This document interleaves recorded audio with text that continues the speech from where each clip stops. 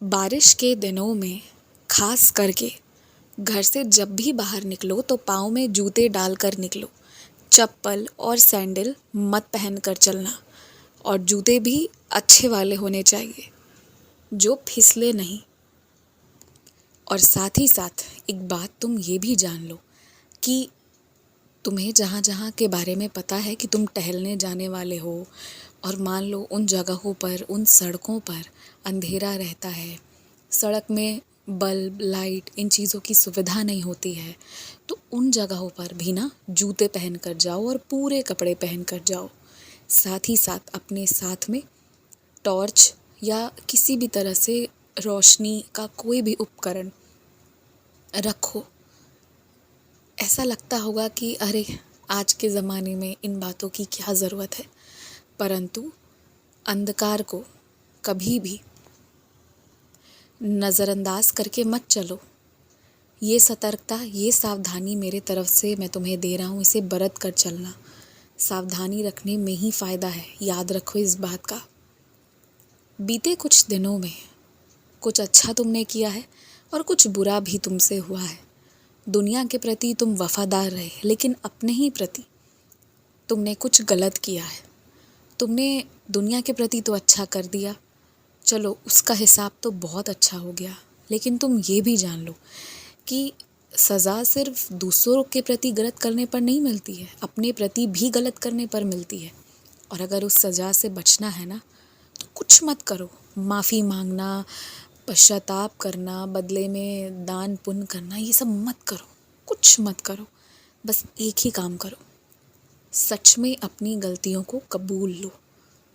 दिल से अपनी गलतियों को कबूल लोगे ना, जिस वक्त अपनी गलतियों का सामना कर लोगे, बस उस वक्त ही तुम्हारी सज़ा माफ़ हो जाएगी। मुझे तुम्हारी पीठ पर थपकी देनी है, शाबाशी देनी है, और ये कहना है कि एक बात के लिए मैं तुमसे बहुत खुश हूँ कि तुम लोगों के प्रति बहुत अच्छा व्यवहार रखते हो, विश्वास करने की कोशिश करते हो। मैंने देखा कैसे विश्वास पर तुम अपने द्वारा सामान खरीदने पर जो ज़्यादा पैसे बच रहे थे दुकानदार के पास, वो छोड़कर आगे बढ़ रहे थे ये कहकर कि बाद में ले लोगे। ये सब ये दर्शाता है कि तुम लोगों पर विश्वास करते हो, विश्वास करने की कोशिश करते हो। और इससे पता है क्या हुआ? बहुत बड़ा काम हुआ है। तुम्हारे छोटे छोटे इस तरह के चीज़ों से बहुत बड़ा काम होता है। सामने वाले की ना खोई हुई इज्जत और उसका खोया हुआ आत्मविश्वास वापस आने लगता है। उसे ऐसा लगता है कि वो भी इंसान है। अन्यथा जो लोग कुछ इस तरह का काम करते हैं ना, छोटे मोटे काम, थोड़ी बहुत सामान बेच लेते हैं, इधर उधर धूप बरसात में रहते हैं, वो बेचारे एक तो मौसम, वातावरण और अपनी परिस्थिति से भी जूझते हैं, और साथ ही साथ कई ऐसे ग्राहक भी उनके पास होते हैं जो उन्हें थोड़ा सा बस इंसानियत के प्रति भी सम्मान देना चाहिए या उम्र का लिहाज करके, तो वो भी नहीं करते हैं। और ऐसे में तुम्हारे माध्यम से अच्छा बर्ताव उनके खोए हुए आत्मसम्मान को वापस ले आया। तुम इस तरह ना प्रत्येक दिन मेरी सेवा करते हो छोटे छोटे रूप में, और इसलिए मेरी कृपा तुम पर हमेशा थी, हमेशा है और हमेशा रहेगी। तुम भले ही अन्नदान नहीं कर पा रहे हो, पर इस तरह से भी जो तुम सेवा कर रहे हो ना, ये भी बहुत बड़ी सेवा है। और वैसे भी तुम गन्ने का जूस, कभी आम रस, जो भी ये सब लोगों को पिलाते हो, ये भी एक तरह से अन्नदान ही है। अन्नदान में हमेशा कुछ खिलाओ ये ज़रूरी नहीं है।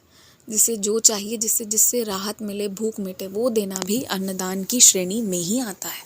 तो तुम कर तो रहे हो, बहुत अच्छा कर रहे हो। ये हफ्ता तुम्हारे लिए बहुत अच्छा जाएगा। तुम्हारे मन से ईर्ष्या, द्वेष हट जाएगी। जो दूरियां थी अपने ही लोगों से, वो नज़दीकियों में बदल जाएंगी। और तुम्हारे घर आए मेहमान जब तुम्हारे घर से जाएंगे तो तुम्हारे मन को राहत देकर जाएंगे, तुम देख लेना। और हाँ, तुम अपने घर के लोगों का सम्मान बढ़ाने के लिए जब वो घर से बाहर होते हैं, घर की बहुएं जब अपने मायके में होती हैं, तो उन्हें फ़ोन करके उनका ख्याल पूछते हो। ये सब जो तुम्हारा बर्ताव है, सबका सम्मान बढ़ता रहे, ये बहुत अच्छा करते हो और इसलिए लोग भी तुम्हारे साथ ऐसा करेंगे, देखना तुम। खुश रहो, मुस्कुराते रहो।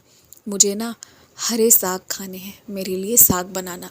अगर हरे ना हो तभी लाल साग बनाना। मुझे साग खाना है और साथ ही साथ गरम पराठे खाने हैं, चाहे इस हफ्ते चाहे अगले हफ्ते, पर भोग यही लगाना। मैं इंतज़ार करूँगा। दीर्घायु भव, तेजस्वी भव, आयुष्मान भव, संपत्तिवान भव।